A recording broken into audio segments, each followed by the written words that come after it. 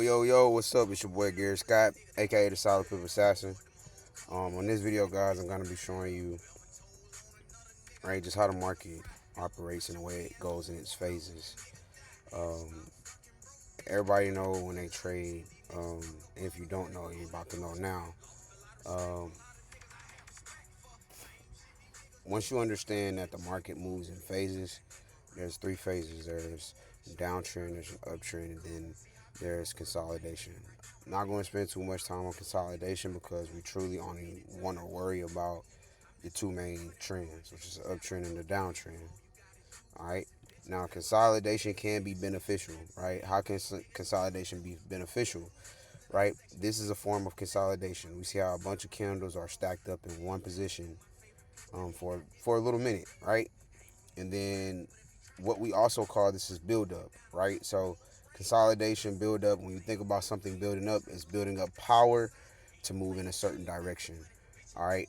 How I help my students figure out which way price will typically go, not all the time, but most of the time, right? Whatever price does before this consolidation, it more than likely will potentially happen after, right? So it bought before, went into consolidation, and then it bought again.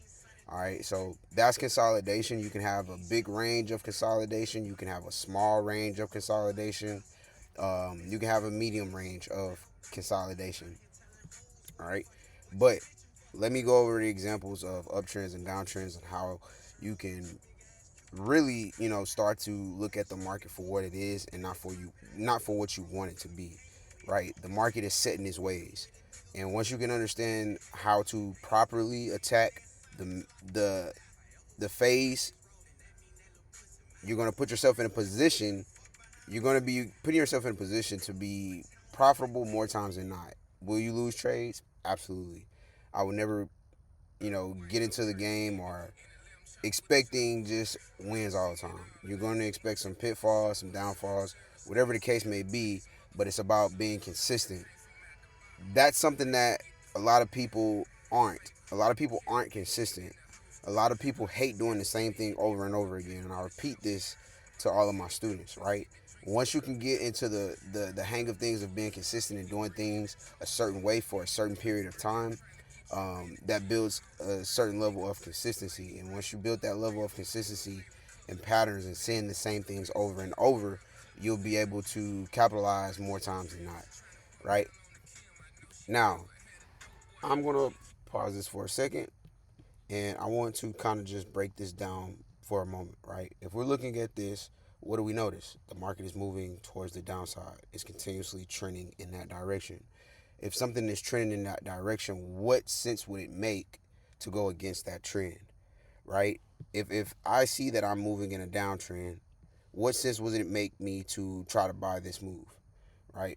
Ultimately, what I'm doing is I'm putting myself in a bind because, truthfully, price at any moment could be trailing back down towards the downside simply because it's following its overall trend, right? How do you know how to attack the downtrend? What will tend to happen is you'll get a low in the market. Price will tend to go past that low, right? Once you see candles close below that level and create a newer lower low, price is then going to go into a retest phase.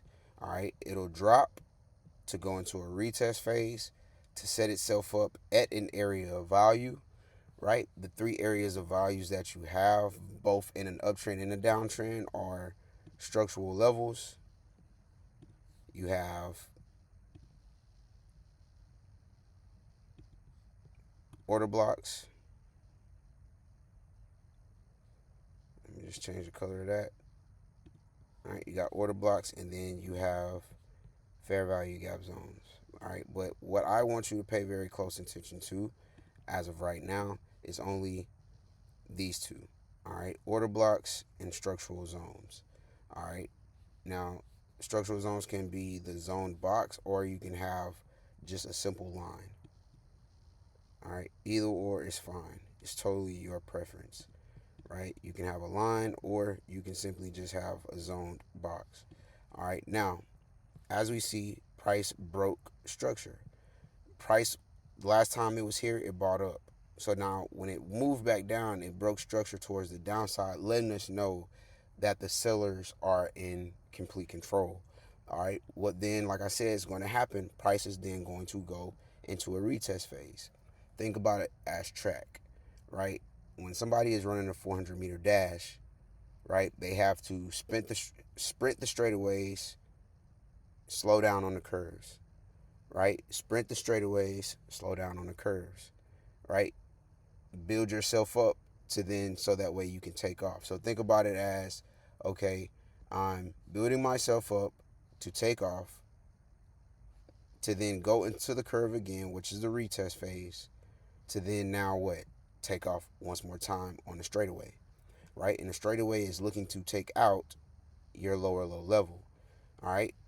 That's the aiming point. So the moment that price takes out that level and it breaks structure, what are we looking for? We're looking for price to create a new low to then go into a retest phase. Now, these retest phases can be lengthy or they can be short at times. It's all deciding on how the market is typically wanting to move during that time. All right, now again, we want to see good lengthy pullbacks. We don't want to see small ones like this because, right, it's really not playing off of anything. It just kind of pushed back up a little bit and then dropped back down again, right? So now we can understand that last time price was at this level, it bought up and then price closed below it. So what could we consider it as? Still a break of structure, right? Price broke that structure to the downside. It then put itself in position to create a new low. What did the market do? It went in a retest phase, right? That retest phase happened. Price stalled out at this point, and then what did it do? It went on the straightaway, right? What happened again? Price broke structure, right? Went to go create a new low, went into a retest phase, right? And then what did it do? It stalled out, and then it went to go out and finish its full move. All right, and it continued to do that. Went into a retest phase, dropped down, created a new lower low. Now, how are you able to depict when a trend is going to change, right? And I'll get to that next. How are you going to be able to depict from a market going into a downtrend to then now going into an uptrend? But before I do that, I kind of wanted to just show you guys how we can see price breaking structures at these lower lows and what is ultimately what does that mean? Price is then going to set itself up eventually to go into a retest phase so that way it can finish out and potentially take out that lower low. Now, here's what you have to understand. As long as these lower highs don't get taken out, we're going to continue to look in a downwards trend. We're going to continue to look for selling opportunities. Why? Because the market is moving in a selling direction. So now, right? How do you how are you able to know that the market is going to stall out at a particular point? Just to go back here, here's the reason as why I brought up these particular levels, right? These two are the main ones that I definitely want you guys to focus on, but just for video purposes I will explain the fair value gap as well, right? Because here you have a break of structure, new low being created. Now when they go into these retest phases, they're trying to find these levels. And in this case, it'll be a supply zone because we're selling. When you think of supplying something, you're selling something. So now, when price went into this retest phase, it came back up to a liquidity level within a candlestick. What do we call that? We call that a fair value gap level. Well, then, Gary, what does that look like? All right, so the fair value gap consists of three candles. You have 1, 2, and 3. Right? What we notice is that this candle's wick and this candle's wick does not meet in between the body of this particular black candle. All right, and that puts itself in a position to be a fair value gap. All right, so we will notice from this wick on this candle to that wick on this candle, that leaves a fair value gap level. All right, and give it a second while it loads. All right, it's taking a little time, but boom. All right, so there we have it. We have a fair value gap level. I label it as green because I know that that's a form of liquidity, which means it's money in that particular level. All right, and we just want to find, right, a bearish candle closing beneath. Here's where our entries come into play. All right, if we notice that we got that breaker structure, we know we got price creating that new low. Now we know that price is going to go into a phase of a retest to find an area of value. All right, in this case, it found a fair value gap. What did I get out of that fair value gap? One second, get this stuff out of the way. I ended up getting price coming right back to it, and then it's giving me a bearish candle closing below. That's the price action to let you know that the sellers are looking to take over the market again, right? So what I would do is, boom, after that candle closes, I'll take an entry. My SLs will be above this fair value gap because if price decides to break this, it's more than likely going to continue to go higher. All right. But then again, right, we're aiming for our lower low. And if we see here, this is a reasonable risk to reward ratio in a sense, right? It's almost a 1 to 2 risk to reward ratio. Okay. It's almost a 1 to 2 risk to reward ratio, which puts you in a position to win more than you would lose, even if you was to lose a trade, right? You're maximizing your win while minimizing your loss. All right. And as we see, price went into that direction. It took out that lower low. We made our money. We go about our day. Right. Price then continues to flow out towards the downside. Doesn't give us a lengthy pullback. And if it doesn't give us a lengthy pullback, we don't force trades. If it doesn't give us what we want to see, and typically what you will want to see is you will want to see price create that low, but then you will want to see it trade back above this, either to this level or back above this level to find an area of value. Okay. This is going to give us a reasonable pullback, right? This is not a reasonable pullback because it doesn't necessarily pull back to the same level that it previously broke. So we kind of will want to let that go by the wayside, let that trade run out to then give us a better position later. All right. Now, price did eventually break this level of structure. It ultimately created this new low. Now, did this level come? Did price come back up towards this level that it broke? Yes, it did. Right here, right? We have a lower high here, in just these two levels, right? So I'm gonna just sit it right here. You have a lower high here and a lower high here, right? Price went, created this new low, went into a retest phase, and then it dropped off, right? We can see this level as a level of structure. Last time price got here, pushed up. Last time price got here, dropped down. So this is a very important level that price was working at. Okay. We see how this long rejection came about. That lets us know that there's a form of structure in that level. All right. So we've seen how price reacted here, created a low, retested back towards this level of structure. Remember how I told you it can either be a line or a structural zone. I like to put lines when it comes to structural zones instead of the boxes, right? So then, boom, price comes back to that level and then trades back below it with multiple bearish candles, which means that sellers are looking to actually take over the market. You could have caught entries here, or you possibly could have caught entries up here, and then you could have had your SLs back above this wick. All right. So it'll look something like this. You would have possibly, let's just say you took your entry here.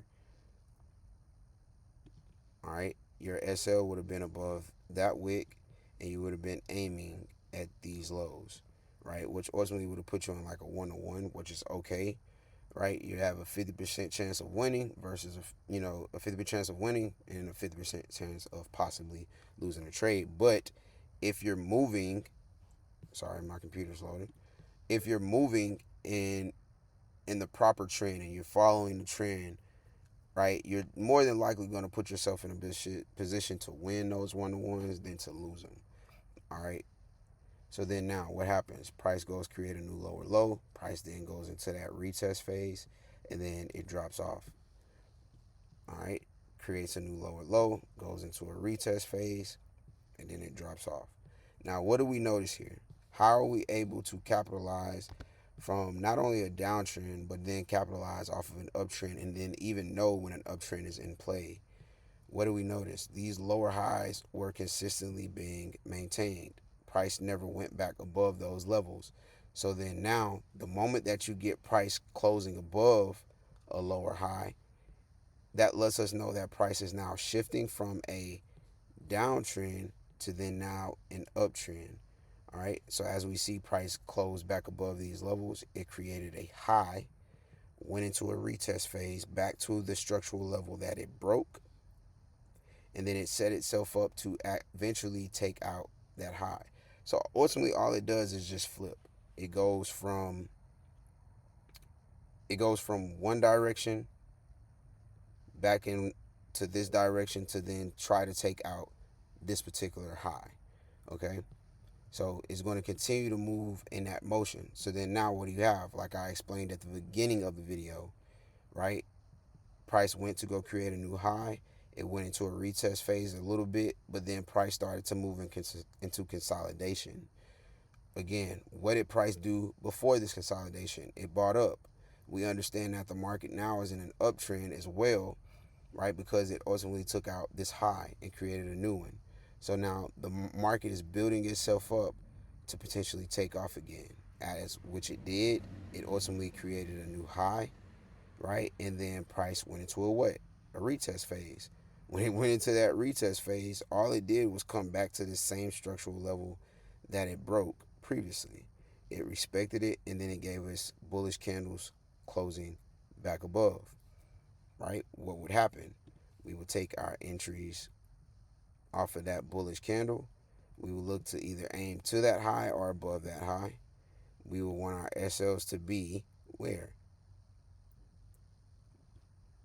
At this higher low level, at these structural levels. Because now, if price happens to break back below this point, it's going to more than likely continue to flow in that direction, right? But again, what? We're following the trend. We understand that we're aiming either towards these highs or past them, right? And then it'll put us in positions to get great risk to reward ratios, right, in the future, right? Great one-to-ones, possible one-to-twos, right? And as you guys can see, this is currently where price is right now. So you guys just basically see me break down, right, not only a downtrend, but also an uptrend and what we should be looking for our entries at and where we should be aiming to and where we also should have our SLs set at certain levels so that way we're maximizing our wins and minimizing our losses if they do come about. All right. Hope you guys enjoyed this video. If you got any questions or concerns, please feel free to reach out to me on my personal Instagram, which is Gary Scott Official, GaryScott Official. And then you guys can also reach out to me at my Academy Instagram page, which is G Figures Academy. All right. G Figures Academy. The letter G, Figures, and then Academy. You can find me there on Instagram as well. All right. If you guys have any questions or concerns, like I said, I'm always here for you guys. You can always feel free to reach out to me, and I'll be more than happy to assist you guys. But with that being said, that's the end of this video, and I'll catch you guys on the next one. Peace.